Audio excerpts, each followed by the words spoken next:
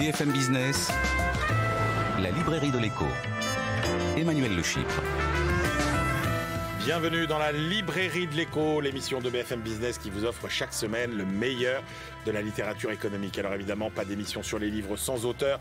Ils seront nos invités dans la première partie de l'émission. Et puis vous retrouverez nos critiques attitrés, Jean-Marc Daniel, Christian Chavagneux, pour leur coup de cœur et leur coup de gueule. Et puis nos chroniqueurs, Benaouda Abdelhaim et sa moisson hebdomadaire d'études glanées dans le monde entier. Marjorie Adilson pour son livre tiré de sa bibliothèque, elle nous emmènera dans le futur. Et puis pas d'émission non plus évidemment sans les réseaux sociaux. Vous les retrouvez sur Instagram, Twitter, X, Facebook, LinkedIn, YouTube, la librairie de l'écho avec tous les programmes de l'émission. Si vous cherchez les livres, eh bien ils sont tous référencés sur ces réseaux sociaux. Tout de suite, on démarre avec nos auteurs.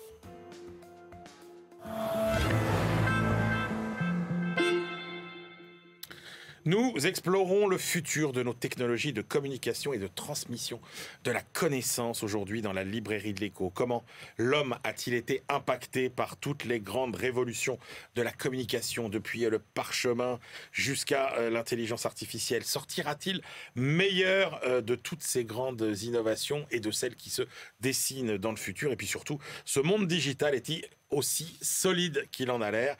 Et si le web était aujourd'hui menacé jusque dans son existence, avec quelles conséquences? Comment les cyberespaces se réorganiseraient-ils? Réponse à toutes ces questions avec nos deux invités. Maria Mercanti-Guérin, bonjour. Bonjour. Maria, vous êtes maîtresse de conférences à l'IAE de Paris, fondatrice de Beabilis, un cabinet de prospective, et vous publiez Web Crash, le jour où le web a fait faillite. Rafi Aladjian, bonjour. Bonjour. Rafi, vous êtes un des pionniers de toutes les technologies de l'information en France. Vous avez été un des premiers, le premier quasiment en France sur l'accès Internet. Pareil sur le web, le Minitel, le Wi-Fi, l'intelligence artificielle, les objets connectés, aussi votre grande spécialité. Et vous publiez un livre au titre énigmatique que vous allez nous décrypter. Tentative d'épuisement de l'avenir du futur, c'est chez Aronnax. On démarre avec vous. Rafi, ouais, un mot sur le titre quand même de votre livre. Tentative d'épuisement de l'avenir du futur. Le titre est une référence à un livre que j'adore de Georges Perec, qui est Tentative d'épuisement d'un lieu parisien, dans lequel Georges Perec a passé 3 jours à regarder tout ce qui se passait place Saint-Sulpice dans le moindre détail. Ouais. Et je me suis dit, je vais faire pareil, je vais regarder tout ce qui s'est passé dans l'histoire des technologies du savoir depuis Saint-Jérôme de Stridon, on en reparlera jusqu'à aujourd'hui. Et peut-être qu'en regardant tout ça par le menu, il apparaîtra une espèce de trame, de logique, de cohésion qui va permettre de prédire ce qui vient après. Alors, vos deux livres sont assez originaux sur la forme, il faut le reconnaître, c'est extrêmement agréable. Alors, Rafi, Steve Jobs, on le connaît. Vous, on va apprendre à vous connaître. Que vient faire Saint-Jérôme comme héros de votre livre ? Voilà, il y a 3 héros dans mon livre. Saint-Jérôme de Stridon, c'est vraiment le personnage de départ. Ce qu'on sait de Saint-Jérôme de Stridon, d'une part, Saint-Jérôme est un des pères de l'Église, mais ce n'est pas pour ça qu'il nous intéresse ici. On raconte qu'il connaissait par cœur tous les livres de son époque. C'est le IIIe siècle. Et ça veut dire c'est comme s'il avait bouffé Google, tout l'Internet dans sa tête. C'est comme s'il pouvait vivre en mode avion, si vous voulez. Vous avez votre cloud dans votre tête. Mais ça veut dire, en termes d'accès à l'information, à la connaissance, que vous n'avez pas besoin d'interface, vous n'avez pas de temps d'accès à cette information, vous avez toute l'information du monde, etc. Donc vous êtes dans cette situation idéale qui résout tous les problèmes qu'on a rencontrés dans l'accès à l'information par la suite, l'accès, le coût, l'interface, l'objet, etc. Lui, il les avait résolus. Donc, c'est ce problème, c'est mon homme zéro. Et exactement. C'est mon point de départ. À partir de Saint-Jérôme, on s'est dit, il y a trop de savoir, on ne peut plus stocker toute l'information à l'intérieur du bonhomme, on va le mettre à l'extérieur. Donc on l'a externalisé, on a mis l'information à l'extérieur, et là, tous les problèmes ont commencé. Alors, vous refaites finalement, avec ce prisme, la grande histoire de toutes les inventions qui ont bouleversé le rapport de l'homme au savoir, à la communication, à la connaissance. Alors vous partez du parchemin, le livre, la presse, la radio, la télé, l'ordinateur, le Minitel, le web, le smartphone, etc., etc. Ce que je vais vous demander est terriblement compliqué. La conclusion, c'est quoi? C'est que à chaque fois qu'une innovation apparaît, est-ce que ça nous appauvrit ou est-ce que ça nous enrichit? Ben, quand on regarde la suite des différentes étapes que vous avez citées, on a le sentiment qu'à chaque étape, on a comblé des fossés, c'est-à-dire des distances entre nous et l'information, et qu'en définitive, ce à quoi ça nous mène, c'est à une situation où nous devenons tous des Saint-Jérôme 2.0, c'est-à-dire une situation dans laquelle toute l'information du monde est présente en nous, en permanence, de manière insensible, immédiate, sans interface et de manière intuitive, quelle que soit la situation dans laquelle on est. Donc on part du Saint-Jérôme mythique du départ et on arrive à un Saint-Jérôme 2.0. Sauf que le Saint-Jérôme 2.0 ne sait pas toujours ce à quoi il a accès, en fait. Bon, alors au passage, il y a des déformations, notamment par exemple de tout ce qui apparaît maintenant et que j'appelle le post-web dans mon livre, où l'information ne va plus être sur un objet mais superposée à toute l'expérience qu'on est en train de vivre, où l'information ne va pas être pré-produite par des producteurs d'informations et figée dans le temps, mais produite sur mesure pour moi immédiatement au moment où je la consomme. Et donc tout ça va amener à une espèce de réalité individuelle dans laquelle chacun d'entre nous va avoir accès à une information sur mesure, instantanée, et qui va être... Il y a bien des médias qui nous ont abêtis plutôt qu'enrichis.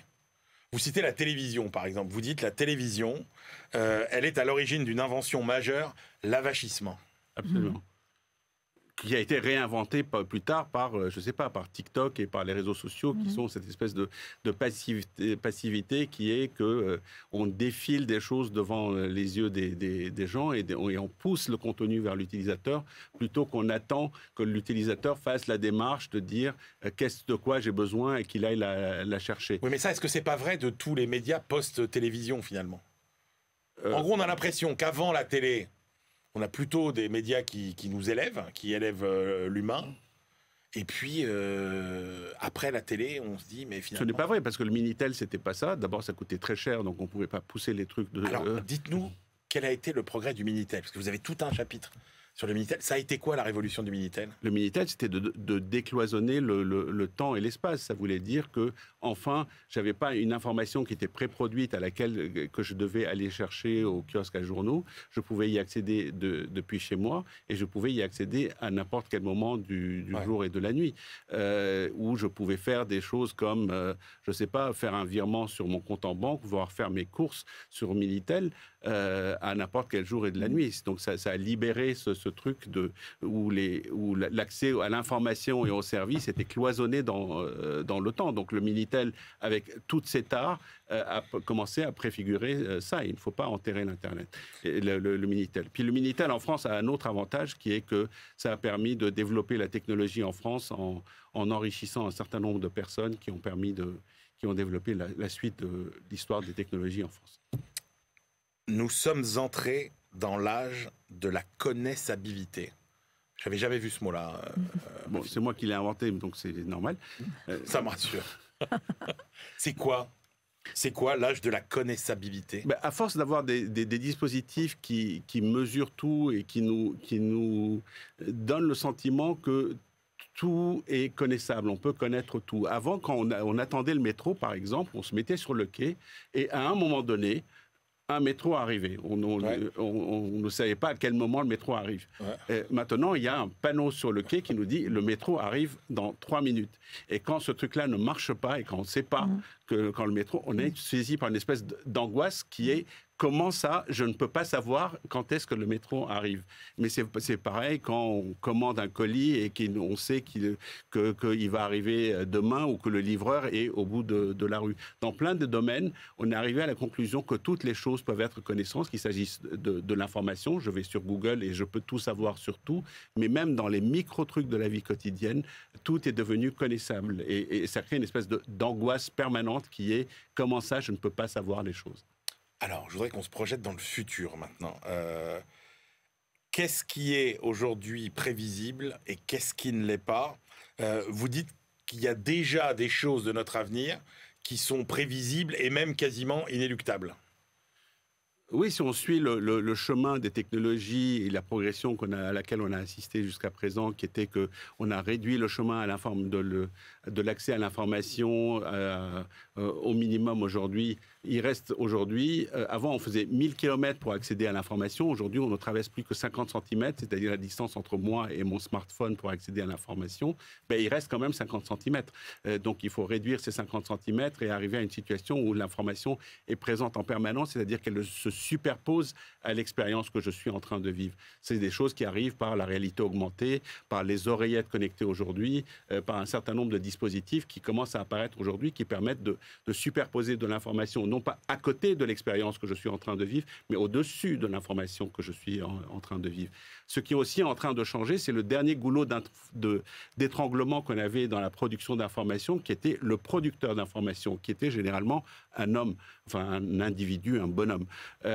Et aujourd'hui, avec l'IA générative, on n'a plus besoin de ce goulot d'étranglement où quelqu'un, à un moment donné, se donnait le mal de produire une information à la main avec un coût, un délai, un temps. Aujourd'hui, on a de quoi produire un contenu, des contenus de manière infinie, individuelle, en temps réel et jetable pour chaque utilisateur. Donc le centre de gravité qui était toujours sur l'émetteur de l'information, parce que c'est celui qui avait les outils de production de cette information, se déplace vers le consommateur d'information, puisque produire l'information elle-même, finalement, devient une commodité. Donc il y a des tas de choses comme ça qui sont en train de changer. Mais est-ce que vous faites le pari d'un futur qui sera en totale rupture par rapport au monde qu'on vit, ou qui sera plutôt dans une forme de continuité? Est-ce que vous arrivez à déceler un sens finalement dans toute cette histoire de la connaissance? Le but du livre est justement de montrer qu'il y a un sens, et qu'il y a eu un sens depuis le début. On a toujours tendance à penser qu'il y a une rupture. À un moment donné, il y a un type génial qui arrive, il invente quelque chose, et puis tout change comme un météorite qui tombe et qui tue tous les dinosaures, et après c'est autre chose qui se passe. Non, il y a une continuité, et je pense que ce que j'annonce, ou je pense qu'il va advenir, s'inscrit dans la continuité de ce qui précède. Maintenant, est-ce que c'est bien ou est-ce que c'est mal? Je pense qu'on ne sait pas. On ne sait pas, d'abord parce que ce n'est pas nous qui allons vivre ce futur-là, parce que d'une part, comme disait Steve Jobs, « Death will take care of this one », c'est-à-dire que ceux à qui ça ne plaît pas vont mourir, et puis ça sera d'autres gens. Et d'autre part, parce que ce n'est pas nous qui allons le vivre, c'est futur nous. Et on a toujours l'impression que d'un seul coup, on va arrêter de vivre comme on vit aujourd'hui, et qu'on va être téléporté dans un avenir, on va vivre comme ça. Or, le futur n'existe pas, c'est des micro-futurs, c'est des petites concessions, c'est des petites addictions qui se créent au jour le jour, qui fait qu'un jour, on se retrouve dans cette situation. Tout à l'heure, vous avez évoqué rapidement le post-web. C'est quoi ce post-web? Ce post-web, c'est un peu le cumul de toutes ces choses que j'annonce, c'est-à-dire le fait que l'information, elle va être en temps réel, elle va être superposée à ce qu'on est en train de faire, elle va être personnalisée, c'est-à-dire que mon contenu, c'est pas moi qui vais aller voir dans l'offre disponible celle qui me correspond, mais que ce contenu va être fabriqué sur moi, ici et maintenant. Mais ce contenu, ça peut être la musique, ça peut être l'information, ça peut être n'importe quoi. C'est tout ça, le post-web. Quel sera notre rapport au monde virtuel? C'est-à-dire, est-ce qu'on va vivre dans un monde complètement virtuel, ou est-ce qu'au contraire, on va rester dans le monde réel? Vous envisagez des solutions intermédiaires, ce que vous appelez notamment la garde alternée? Ouais, non, je pense que c'est la garde alternée. Non, je pense pas de la garde alternée. C'est-à-dire, ça, c'était l'idée du métaverse qui est, je passe mon temps dans le monde réel et de temps en temps, je rentre chez moi, je mets un truc sur la tête et puis je me plonge là-dessus. Mais ça, c'est juste la télé de demain. Ça a aucun intérêt. Le vrai truc, c'est la réalité augmentée. C'est ce que je décris comme le Twix. Le Twix, c'est-à-dire que vous avez et le biscuit et le caramel en même temps. C'est-à-dire que vous avez le monde réel avec tout ce qu'il a de dur, mais dessus, vous avez un peu de caramel d'informations posées sur à peu près tout ce que vous vivez. Alors on continue notre exploration du futur, Maria Mercanti-Guérin, Web Crash. Le nom de votre livre, et vous tirez la sonnette d'alarme, vous dites le web est en crise, et son existence est même quasiment menacée. Pourquoi le web est-il en crise? Alors, c'est une crise dans un océan de croissance. C'est-à-dire, quand on regarde les chiffres, on se dit non, le web n'est pas en crise, des milliards de dollars pleuvent sur lui. Sauf que, en fait, déjà, on est sur des vieux réseaux, c'est comme des vieilles autoroutes. Et puis, finalement, ce modèle du web, il est financé par la publicité, environ 1000 milliards de dollars, et à côté, une montagne d'investissements à faire pour créer le monde de demain. Alors justement, vous faites une différence, subtilité importante qui, je ne vous le cache pas, moi qui ne suis pas un spécialiste de la technologie, m'avait échappé. Vous faites une différence entre le web, qui affiche, vous le dites, une santé insolente, et puis Internet, qui lui va très mal. Mais moi, je croyais que le web, c'était Internet, en fait. Oui, en fait, Internet, c'est vraiment l'infrastructure. C'est dur. C'est ce que vous appelez les autoroutes. Voilà, c'est ce que j'appelle les autoroutes. Et en fait, cet Internet, bon, déjà, on lui en demande de plus en plus. La gouvernance n'est pas très claire. De quantité de sociétés veulent faire leurs câbles. On peut se partager les câbles entre soi. Il y a énormément de sous-marins dans Internet. Il y a beaucoup sous la mer. Donc, c'est pas forcément un milieu extrême. Enfin, c'est un milieu qui peut être un peu hostile. Et puis c'est vrai que en fait, il y a plein je dirais, de révolutions qui s'annoncent dans lesquelles il va falloir énormément investir. La première, c'est quand même les objets connectés, ce qu'on appelle le marché de l'IoT. Plusieurs milliards d'objets connectés un peu partout. Alors pour l'instant, ils ne sont pas tellement dans nos maisons, mais ils sont déjà dans les usines. C'est l'industrie 4.0, 5.0, tout ça va demander énormément de données. Et la seconde, bien sûr, ce sont les IA génératives, il faut quand même dire les choses, qui vont quand même révolutionner le marché. Et puis, il y a des acteurs comme Google, Facebook, enfin ce qu'on appelle les big tech, des GAFAM, qui se battent pour se faire une place sur ce monde-là en se disant la pub va tout financer. Or, pas du tout. Et c'est là où commencent les problèmes. Vous dites le web est le lieu de nombreuses fausses promesses économiques. Oui, alors l'idée de ce livre, en fait, m'est venue parce que je vois, du fait de mon métier, beaucoup d'étudiants en formation continue, de directeurs marketing, commerciaux, qui me disaient, mais tu sais, parfois, Maria, nos campagnes ne marchent pas du tout. Ouais. C'est étonnant parce qu'en fait, on nous a toujours vendu le web comme le nec plus ultra d'efficacité commerciale. Et de la simplicité aussi. Google, il s'est fondé vraiment sur la simplicité. Vous tapez un mot et puis vous avez le monde entier en un clic. Et donc, je me suis plongée dans les chiffres. Et effectivement, alors c'est assez compliqué parce qu'il y a des chiffres un peu cachés, des chiffres qu'on ne voit pas, etc. Et je me suis rendu compte que finalement, il y avait des indicateurs extrêmement importants qui étaient complètement à la berne. Je peux en prendre un. Allez-y. Taux d'engagement. C'est-à-dire si j'aime, je commente ou je clique un post sur un réseau social. Sur beaucoup de réseaux sociaux, c'est moins de 1% des gens, voire 0,6%. C'est-à-dire rien, en fait. Ce que vous nous dites, c'est ce qu'on pressentait, et vous le montrez dans le livre de façon extrêmement robuste. C'est que l'illusion de la publicité digitale, où on touche beaucoup de gens, où on nous dit c'est beaucoup plus efficace, etc. C'est une illusion. 40% du marché a un bloqueur de pub. C'est-à-dire que quand j'ai pris ces chiffres, mais peut-être que c'est 60 à 70% des gens qui en ont véritablement assez de la publicité sur le web et qui la bloquent. Comme maintenant, de plus en plus, il y a une tendance au refus des cookies qui permettent un peu d'évaluer le marché, de l'analyser, et on n'a plus ces indicateurs-là. Mais Maria Mercante-Guérin, à quoi ça pourrait ressembler un effondrement d'Internet ? Alors, il y a deux niveaux. C'est vrai que dans le livre, je commence par une sorte de dystopie. Oui, absolument. Voilà, où effectivement, Internet commence à tousser, il est enrhumé, et puis tout d'un coup, il ne marche plus. Bon, ça serait une catastrophe pour nos sociétés. Donc, c'est très clair. Tout s'effondrerait. Donc là, crise économique majeure, ça veut dire qu'il faut quand même continuer à imprimer ses fiches de paye sur papier. Peut-être, voilà. Oui, parce qu'on est dans une trop grande dépendance. En fait, on a perdu toute autonomie. On a même perdu quelque part la mémoire de nos sociétés, puisqu'en fait, on digitalise à tout va, mais finalement, comme c'est assez fragile, au bout du compte, on pourrait aussi perdre ça. Et on reviendrait, mais quelque part, à la préhistoire. Et ça, on n'en a pas forcément conscience. En fait, Internet, c'est une sorte de trésor qui a été un peu dévoyé par les multiples marchands.